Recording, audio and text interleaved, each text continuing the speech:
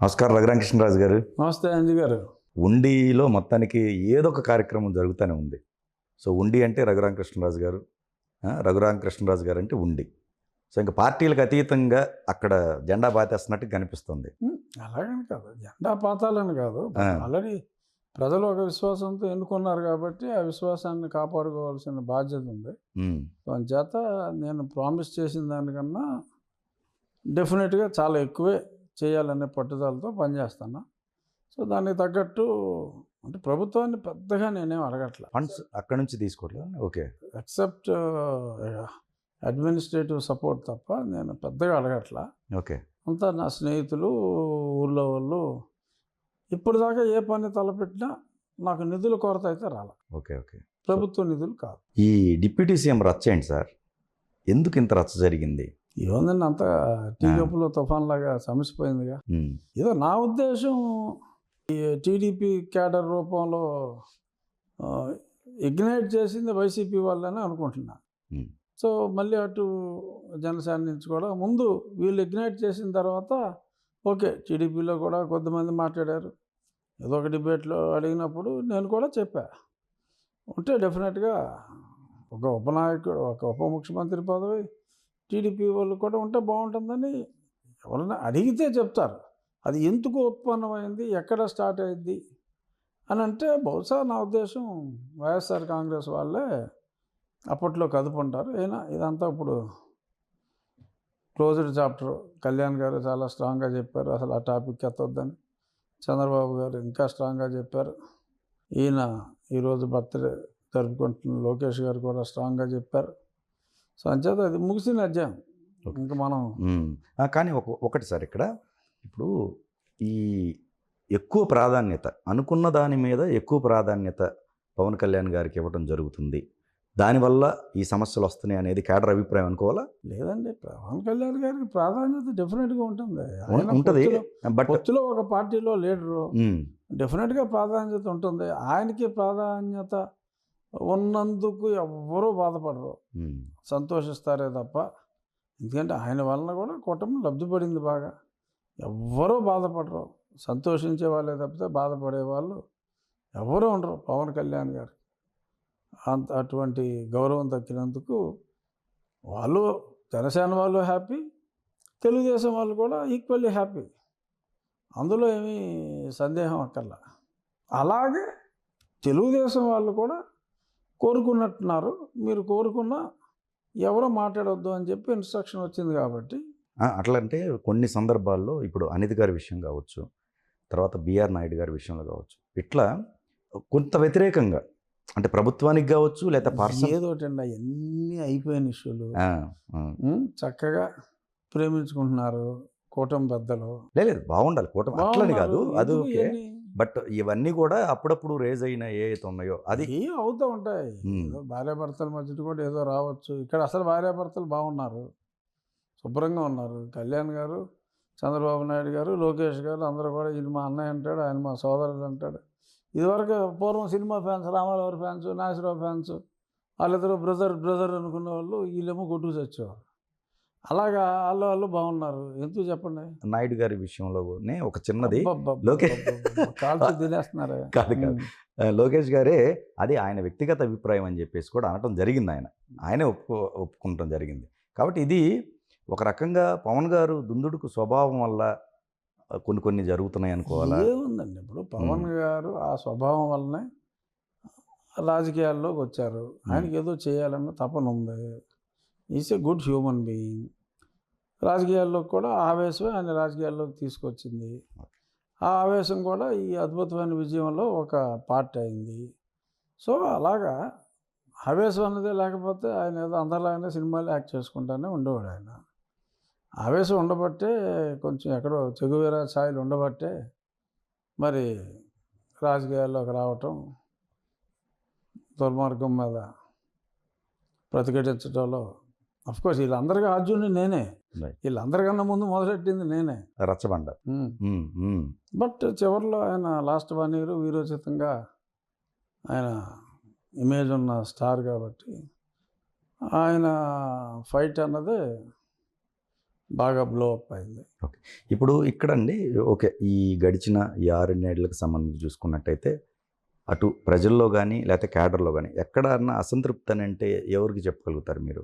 ఏముందండి అసంతృప్తి, నాకు ఎక్కడ? తెలిసి పీపుల్ ఆర్ హ్యాపీ. ఓకే. అసంతృప్తి ఏం లేదు. పోనీ క్యాడర్‌లో ఏమన్నా ఉందా అనిపించింది? ఏమి లేదు. క్యాడర్‌లో కూడా స్టార్టింగ్‌లో ఏదో కేసులు తేల్చడంలో చాలా లేట్ అవుతుందన్నారు, కానీ ఇప్పుడు అది కూడా యాక్టివ్‌గానే టేకప్ చేశారు. People are happy, cadre also equally happy. Okay. Okay. Okay. ఇకపోతే ఈ పెట్టుబడులు ఏవైతే ఉన్నాయో, పెట్టుబడులను ఆకర్షించడానికి ఈ విదేశీ పర్యటనలు కావచ్చు, ఇప్పుడు దావోస్‌లో జరుగుతున్న సమ్మిట్ ఏదైతే ఉందో, ఇవి ప్రీవియస్ ఆల్రెడీ జరిగిన ఒప్పందాలకే మళ్ళీ వెళ్ళిపోయి సంతకాలు పెట్టడం పెట్టుబడులా అని చెప్పేసి ఇటు వీళ్ళు డైలీ వైరల్ చేస్తూ ఉన్నారు. వైసీపీ వాళ్ళు. ఆ. అసలు దావోస్ వెళ్తేనే పెట్టుబడులు వస్తాయి అన్నది కాదండి ఇక్కడ. It is a good will generation. అక్కడికి వెళ్తే బ్యాగులు తీసుకుని రారు, ఇన్వెస్ట్మెంట్లు వచ్చేసినాయి అని. ఆ కాన్సెప్ట్ ఏంటంటే అది ఇమేజ్ బిల్డింగ్, అక్కడ స్టాల్స్ లాగా పెడతారు. అది it's an image building operation. ఇప్పుడు మీకు చాలా చోట్ల పెడతారు కదా ఎగ్జిబిషన్స్లో కావచ్చు. ఎగ్జిబిషన్ లాగా. That is also kind of investors meet, global exhibition లాగా. ఇన్వెస్టర్స్ వాళ్ళు కొంతమంది ఏంటంటే వాళ్ళ టెక్నాలజీస్ని కూడా అక్కడ చూపెడతారు. So it's like an exhibition. ఆ ఎగ్జిబిషన్లో ఎవరు కొట్టాడు ఎట్టుకుంటాడు. అలాగా ఆంధ్ర షాపు ఎప్పుడు ఉంటుంది.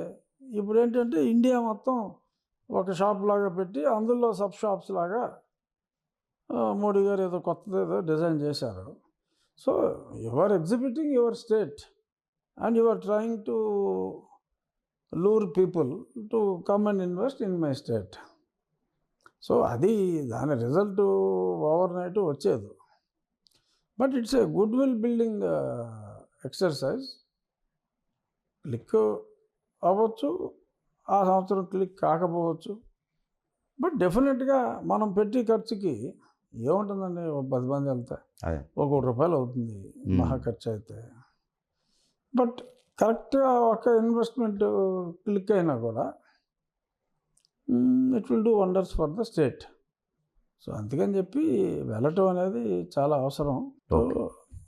కామెంట్లు చేసే వాళ్ళకి ఏముందండి, ఇప్పుడు ఎంత మంది జరిగినా కామెంట్లు చేస్తూ ఉంటారు. ఓకే. ఓకే. అయినా మీరు నన్ను ఈ ప్రశ్న కాదు, నన్ను మీరు వస్తున్నా సునీల్ కుమార్ కేసు నా వ్యక్తిగతం గురించే మాట్లాడాలి. వస్తున్నాను అక్కడికే రాజకీయాలు ఎక్కువ మాట్లాడకూడదు, అందుకని అక్కడికే వస్తున్నాను. మీ ప్రశ్నకే ఇప్పుడు వస్తుంది. సో ఇంకా మరి మీరు అన్నారు అంతకుముందు ఖచ్చితంగా ఆయన విషయంలో ఏదో ఒక డెసిషన్ తీసుకుంటారని. మరి ఇప్పుడు కూడా జరగలేదు అది. ఎంక్వైరీ కమిషన్ వేశారు ఆ తర్వాత అతను జైలుకి వెళ్తాడని అన్నారు మీరు అప్పుడు. టైం ఉంది, ఇప్పుడు ఇచ్చారు కదా. ఓకే. ఇప్పుడు ఎంక్వైరీ కమిషన్ వేశారు. శిశుపాలుడి కన్నా 1000 రెట్లు తప్పులు ఎక్కువ చేశాడు మనవాడు. ఓకే. అవన్నీ దొరుకుతాయి. ఏమేమి వస్తున్నాయి సార్? 1 by 1 అంటే ఇప్పుడు అగ్రిగోల్డ్లో అతను విపరీతంగా దోచాడు. ఏదైనా 1000 కోట్లు పై మాటే. 1000 ఎలాగ అవుతుందని మీరు ఆశ్చర్యపోవచ్చు. పుష్ప 1 and 2 చూసారా? సో అందులో పుష్ప ఇన్నోవేటివ్గా కొట్టేస్తాడు కదా. అటు షకావత్ అన్నాడు ఎవడో ఏదో అడ్డం కొట్టాలని చెప్పి చూస్తూ ఉంటాడు. కట్ చేస్తే ఇక్కడ పుష్ప షకావత్ 2 ఇతనే, సునీల్ కుమారే. ఓకే. సో ఈ పుష్ప షకావత్తులు ఒక క్యారెక్టర్ అయిపోయి ఈ ఎర్రచందనం కొల్లగొట్టిన విధం పెట్టిదని అగ్రిగోల్డ్ వాళ్ళకి కొన్ని వేల ఎకరాలు కొన్నారు వాళ్ళు. సరే వాళ్ళు టైం బాగోలేదు, ఏదో రన్ వచ్చింది, ఇబ్బంది పడ్డారు, దెబ్బతిన్నారు. వాళ్ళు కడప ఆ ఏరియాలో కూడా చాలా కొన్ని వేల ఎకరాలు కొన్నారు. అక్కడ ఎర్రచందనం వేశారు అఫీషియల్గానే. ఎర్రచందనం అంటే కట్ చేయాలంటే పర్మిషన్ తీసుకోవాలి. ఎర్రచందనం ఎక్కడ పడితే అక్కడ పెరగదు. ఆ ఏరియా శాస్త్రాచలం ఎక్స్టెన్షన్ అన్నమాట అది. అక్కడ సుమారు అప్పుల్లో అడ్వర్టైజ్మెంట్లో చూసారు 1,70,000 దాకా శాప్లింగ్స్ వేశారు. అక్కడే పెరుగుతుంది, ఇంకెక్కడ పెరగదు. అక్కడ మంచి సైజు వచ్చినాయి, ఒక 20 సంవత్సరాలు. కన్జర్వేటివ్ ఎస్టిమేట్ నేను కనుక్కున్నా, అన్నీ కొట్టాడు మనోడు. పుష్ప అంటే రియల్ పుష్ప మొత్తం కొట్టేసి అమ్మేసుకున్నారు. బెటర్ గ్రేడ్ అనే నాకున్న సమాచారం. అది సి గ్రేడ్ అయినా కూడా not less than 1000+. C grade అయితే కూడా అది బెటర్ గ్రేడ్ అని అన్నారు. మరి అందులో అప్పుడు వైసీపీలో కూడా మరి కొద్దిమంది ఇన్వాల్వ్డ్ అని అంటారు. బట్ ఇతనైతే పూర్తిగా అంటే వాళ్ళకైనా వాటా ఇచ్చాడా మొత్తం ఎత్తేసాడు నాకు తెలియదు. బట్ అందులో లయన్స్ షేర్ ఇతనే. అప్పుడు అగ్రిగోల్డ్ వాళ్ళు కూడా కంప్లైంట్లు ఇచ్చారు. ఈ ఎర్రచందనం అంతా కొట్టేస్తున్నారా బాబాయ్, ఆ ఎర్రచందనం అమ్మితేనే నా బాకీలు చాలా వరకు తీరిపోతాయని చెప్పి వాళ్ళు నోటీసులు ఇచ్చారు అటవీ అధికారులందరికీ కూడా. కజ్జా చేను వేస్తే ఏమవుద్ది, మొత్తం కొట్టేశాడు. అలాగే ప్రకాశం జిల్లా ఏరియాలో ఒక 1000+ యూకలిప్టస్ తోటలు కొట్టేశారు. ఎవరి మాటైనా ఆధారపడి అని చెప్పటం, ఇల్లే కొట్టేసి ఇల్లు అమ్మేసి బాగా ఒబ్బిడి చేసుకున్నారు. సో ఆ డబ్బులు మళ్ళీ ఏదో దుబాయ్లు, ఇదిగో తులసి, వాళ్ళ తులసి అనుచరులు వీళ్ళందరూ కలిపి వ్యాపారాలు. సో అవన్నీ తర్వాత ఒక క్లాసికల్ కేసు మొన్న నేను వేరే ఇంటర్వ్యూలో చెప్పా. ఒక 9 లాజిక్ టెక్నాలజీస్ అనే ఒక కంపెనీకి గుజరాత్లో ఒక కంపెనీకి వీళ్ళు ఆర్డర్ ఇచ్చారు. ఏదో సమ్ సాఫ్ట్వేర్ ఏదో ల్యాప్టాప్లో పెట్టి ఏది ఇచ్చేలాగా ఏదో డెవలప్మెంట్ సాఫ్ట్వేర్ వాళ్ళకి ఉపయోగపడేదని. దాన్ని అసలు కాంట్రాక్ట్ ఎంతో కానీ 7 లాజిక్ అనే సంస్థ, దాని ఓనర్ పేరు కన్నగంటి ప్రదీప్. అమెరికాలో 15 ఏళ్ళ నుండి వచ్చాడు, మైక్రోసాఫ్ట్లో అక్కడ పనిచేసి.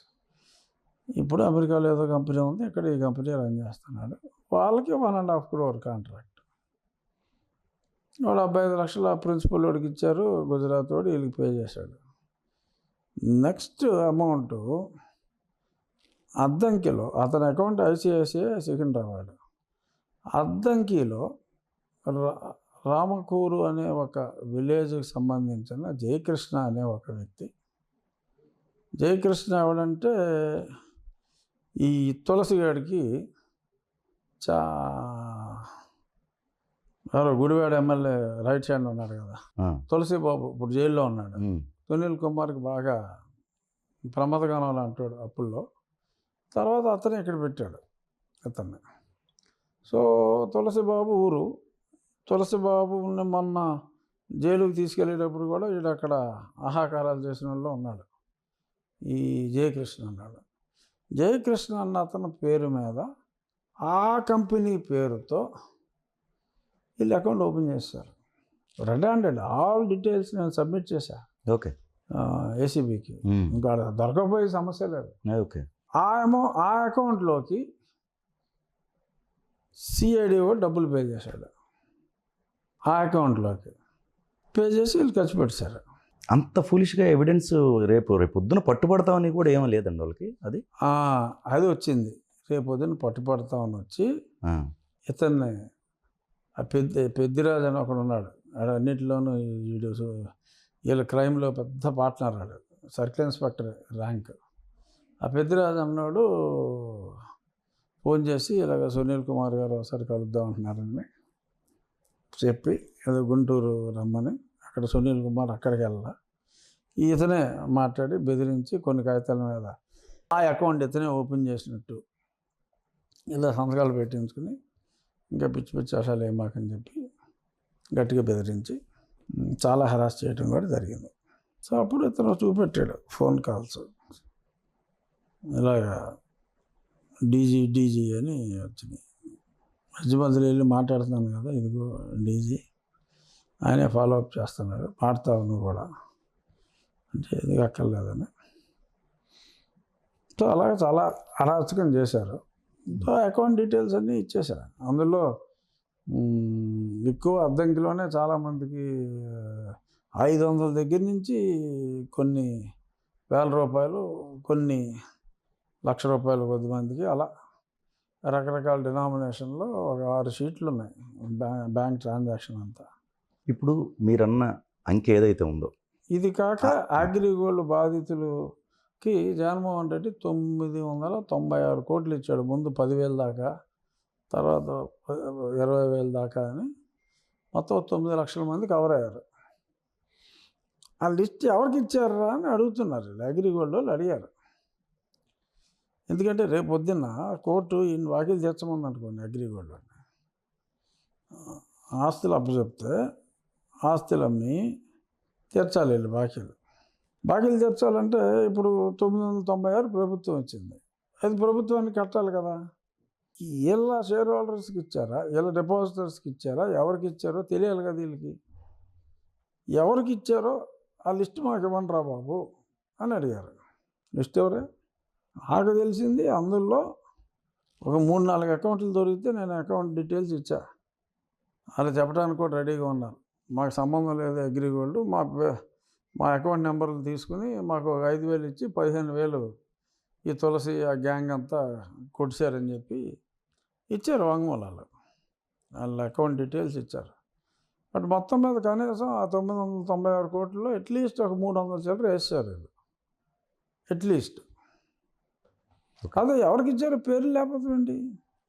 ఇంకో జోక్ తెలుసా? ఎక్కడైనా మీకు రెగ్యులర్ బ్యాంకింగ్లో కూడా ఒక 5% ఎంతమంది పంపినా 5% రిటర్న్ వస్తాయి.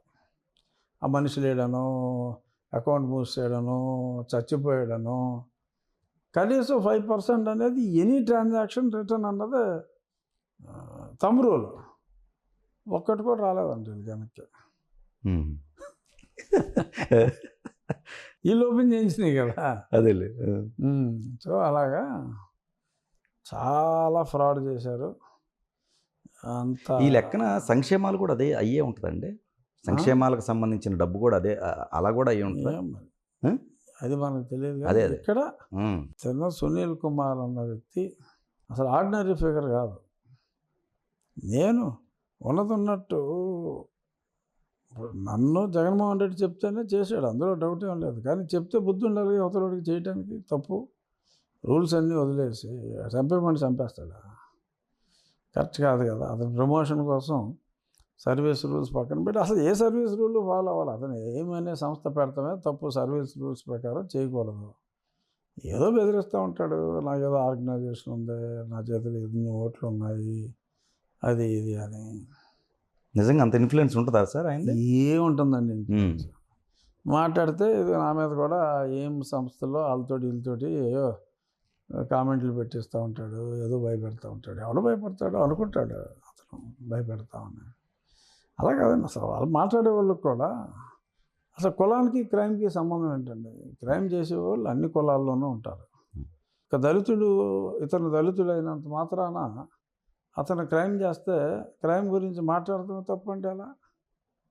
ఎంతమంది తప్పు చేయట్లేదు అంటారు. అరే ఎంతమంది తప్పు చేస్తే వాళ్ళు పట్టుకుండా, నా విషయంలో ఇతను తప్పు చేశాడు, నేను ఇతను పట్టుకున్నా, ఎవరో ఆయన ఎక్సలెంట్గా పనిచేస్తున్నారు, దామోదర్ గారికి ఫైనల్గా ఇచ్చారు.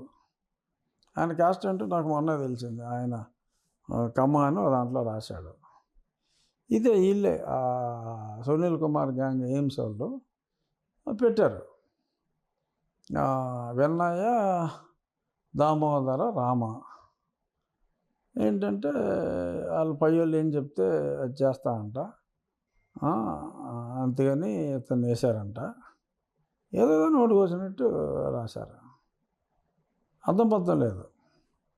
అంటే అలాగా భయపెట్టాలని చూడటం, ఏదో కామెంట్లు చేసి భయపెట్టాలని చూడటం. సో ఈ బ్లాక్మెయిలింగ్ అనేది అతనికి బాగా అలవాటైపోయింది. అలాగా గుడివాడలో ఎవరో ఒక అతను ఏదో సాఫ్ట్వేర్ కంపెనీ రాముకి, ఎమ్మెల్యే రాముకి అతనికి ఏదో గొడవలు ఉంటే వాళ్ళ ఫ్యామిలీ మొత్తం హెరాస్ చేసి వాళ్ళ ఇంట్లో వాళ్ళని అరెస్ట్ చేసి రాసి రంపాన్ని పెట్టాడు ఆ అవతల వాళ్ళు కూడా.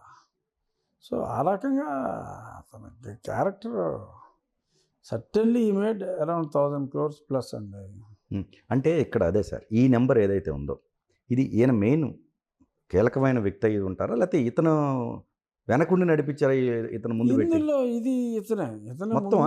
ఇది ఇతనే ముందు ఉండి నడిపించుకున్నదే. బట్ వెనకనున్న వాళ్ళకి కూడా అదే ఎదురున్న వాళ్ళకి ఎంతో కొంత వాటాలు ఇవ్వాలి కాబట్టి, లేకపోతే కుదరదు కదా. ఏదో చేసి ఉండొచ్చు. బట్ ఇంత నెంబర్ మొత్తం ఆయన దగ్గర ఉంది. అయితే ఏదో విదేశాల్లో పెట్టాడంటారు, అపార్ట్మెంట్లు ఇక్కడ అమెరికాలో కూడా ఏ వ్యాపారాలు ఉన్నాయి, దుబాయ్లో అపార్ట్మెంట్లు కడుతున్నాడు అంటారు. ఓకే. వాళ్ళ అబ్బాయిల పేర్ల మీద వాళ్ళు చదువుకుంటున్నారు. బట్ వాళ్ళ అబ్బాయిల పేర్ల మీద 2-3 కంపెనీలు కూడా ఉన్నాయి. ఆ కంపెనీ డీటెయిల్స్ అన్నీ కూడా ఇచ్చాను నేను. ఓకే. సెరెండిపిటీ ప్రాజెక్ట్స్ అని ఏవి ఉన్నాయి, ఆ డీటెయిల్స్ అన్నీ కూడా ఇచ్చా. ఇన్నోవెల్ టెక్నాలజీస్. వాళ్ళకి చదువుకుంటున్నారు, వాళ్ళు చదువు కూడా అవ్వాల. బట్ ఒక అధికారి పిల్లలు చదువు కూడా అవ్వకుండా మరి వాళ్ళు అన్ని వ్యాపారాలు చేస్తే ఈ షుడ్ హావ్ ఇన్ఫార్మ్డ్ గవర్నమెంట్. అంత డబ్బు ఎక్కడి నుంచి వచ్చింది, అసలు దాని క్యాపిటల్ ఏంటి, కథకామనేసి. పైగా అతను పాస్పోర్ట్ చూసినా కూడా ఎన్నో కొన్ని 100 ట్రిప్పులు ఉంటాయి లాస్ట్ 10-15 ఇయర్స్లో ఓవర్సీస్. మరి ఏదో వదిలేశారు అలాగా. ఎందుకు వదిలేశారో తెలియదు.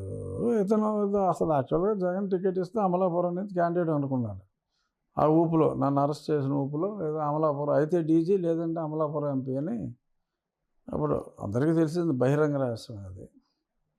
దానికి ముందు కూడా ఇప్పుడు 2014లో ఆ బాపట్ల టికెట్ ఈ ఇప్పుడు గుడివాడ ఎమ్మెల్యే వైఫ్కి ట్రై చేశాడు వైఎస్ఆర్లో. అప్పుడు నేను ఉన్నాగా వైఎస్ఆర్లో, నాకు ఐడియా ఉంది. ఇతను ట్రై చేశాడు. మీరు చెప్పిన వెర్షన్ ప్రకారం చూసినట్టయితే మరి ఇంత మా పుష్ప మరి పుష్ప సినిమాలో కూడా మీకు ఐడియా ఉందిగా, వ్యవస్థలను కొనుక్కుంటూ వెళ్ళిపోయారు. సో మరి ఈయన కూడా అదే చేయొచ్చు. ఆ డబ్బు ప్రభావం అలాంటిదేగా. ఎక్కడ న్యాయం జరుగుద్ది అప్పుడు మీరు అనుకున్న దాని ప్రకారం? సామాన్యుడిని వదిలిపెడదామండి, ఇప్పుడు మీరున్న దాని ప్రకారం. అప్పుడు ప్రభుత్వం మారింది కాబట్టి మరి ఇప్పుడు ప్రభుత్వంలో ఈ పుష్ప షెకావత్ అంటే ఒక్కడే కాబట్టి పుష్ప షెకావత్ ఆటలు సాగవని నేను అనుకుంటున్నాను. ఇంకా అలసత్వం అంటే జరిగితే బహుశా మీరు అన్నది నిజం అయితే కావచ్చు, కానీ అది అవ్వదు. చంద్రబాబు నాయుడు గారి ప్రభుత్వంలో దానికి అవకాశం లేదు. అసలు ఏముంది అక్కడ, ఆ ఫోటోలు ఉంటాయండి ఒరిజినల్గా శాటిలైట్లో. అగ్రిగోల్డ్ ల్యాండ్లో ఉన్న చెట్లు, ఇప్పుడు ఇమేజు, ఈ 2 కంపేర్ చేసుకుంటే చెట్లు ఎవరు నరికిరి అన్నది దే కెన్ ఈజీలీ వెరిఫై. వీళ్ళు కంట్రోల్లో ఉన్నాయి, సిఐడి వాళ్ళ కంట్రోల్లో ఉన్నాయి. ఎలా నరికేశారు చెట్లు? ఇప్పుడు అడవి అంటే పబ్లిక్ ప్రాపర్టీ, ఎవడో కొట్టేశాడు అనుకోవచ్చు. పుష్ప కొట్టాడు, ఇంకా ఎవడో కొట్టాడు అనుకోవచ్చు. ఎవడు కొట్టాడు? అగ్రిగోల్డ్ వీళ్ళ కస్టడీలో ఉన్నాయి. సునీల్ కుమార్ సిఐడి చీఫ్ వీళ్ళ కస్టడీలో ఉన్నాయి, వాళ్ళే హ్యాండిల్ చేశారు. చెట్లు మాయమైపోయినాయి. ఎలా? ఓకే. సో ఇది డే లైట్ రాబరీ. అది A to B grade, C grade కింద తీసుకున్నా కూడా 1000 కోట్లు రావాలి. సరే ఏదన్నా ఇక్కడే ఎవరికన్నా ఏది దీని వరకే లెక్కలు, దీని వరకే. ఇంకా దాని అయితే ఇంకా ఆ డిపాజిటర్స్ పేరు లేపింది. కానీ ఇంకా ఇది కాదండి అసలు. విజయవాడ రామారపాల్లో అగ్రిగోల్డ్ వాళ్ళు కొన్ని అపార్ట్మెంట్స్ కట్టారు. వాళ్ళ మీదకి వెళ్ళిపోయి అది మీరు మాకు కట్టాలన్నారంట వీళ్ళు. సో తర్వాత వాళ్ళు అక్కడ అందులో కొంతమంది లాయర్లు కూడా ఉన్నారు, ఏదో దందాలు ఏదో సపరేట్గా కొంత డబ్బు ఆడటం. ఇవన్నీ సునీల్ కుమార్ తులసి బాబు ఇలాంటి బ్యాచ్ అందరూ ఇతనికి ఒక 15 నుంచి 20 మంది ఉన్నారు గొండాలు. ఆఫీసులో కూడా ఎక్కువ మంది గొండాలు ఉంటారంట. ఎక్కడికైనా రేడికి వెళ్ళినా కూడా నిజం పోలీసులతో పాటు సగం మంది వీళ్ళు డమ్మిగాళ్ళు ఉంటారంట ఇతని మనుషులు. ఓకే. అబ్బో అదో పెద్ద మాయా ఫేక్ ప్రపంచం. సరే రేపొద్దున మళ్ళీ ఏమో వాళ్ళు మన ఇంటర్వ్యూలో కామెంట్లు రావచ్చు, ఏం మెంబర్లో నీ ఎంత చూస్తాను నా తొక్క నా తోలని ఎంజాయ్ చేయటమే. Okay okay. నేను చెప్పినవన్నీ పచ్చి నిజాలు. అబద్ధం అయితే ఎలాగో ప్రూవ్ అవుతాయి రేపమ్మా. ఇప్పుడు మీ శాటిలైట్ మ్యాప్లు చూసినా ప్రూవ్ అవుతాయి. సో ఈ ఇన్వెస్టిగేషన్లో ఇంకా బయటపడే అవకాశాలు ఉన్నాయా దీనికి సంబంధించినవి? అసలు చేస్తే వాళ్ళు ఉంటాయండి. ఆపారా అది? ఓకే దరే ఇది చేయలేదు ఇప్పుడు దాకా. అగ్రిగోల్డ్ వేరే కన్నాలు వేసినవి ఇవన్నీ ఇప్పుడు దాకా రాలా బయటికి. మీరు తీసినవి కాబట్టి. నేను తీసినవి ఇవన్నీ తీసి ఎంక్వైరీ చేయమంటున్నా. ఇప్పుడు దీన్ని అడ్డం పెట్టుకొని ఎంక్వైరీ ఏదన్నా ఒక ఎంక్వైరీ కమిషన్ వేయొచ్చు కదా అతని మీద? వేయొచ్చు వేయమని కూడా నేనైతే అడుగుతా. ఒక సిటిజన్గా నా దగ్గరకు వచ్చిన వివరాలు ఇవి ఎంక్వైరీ చేయండి. ఎవడో ఒక చిన్న అధికారి 5,000 రూపాయలు తీసుకుంటే అన్ని 2 సంవత్సరాలు సస్పెండ్ చేస్తున్నారు కదా. చేయండి, ఎంక్వైరీ చేయండి. దుబాయ్లో ఏమున్నాయో చూడండి, కష్టమేం కాదు.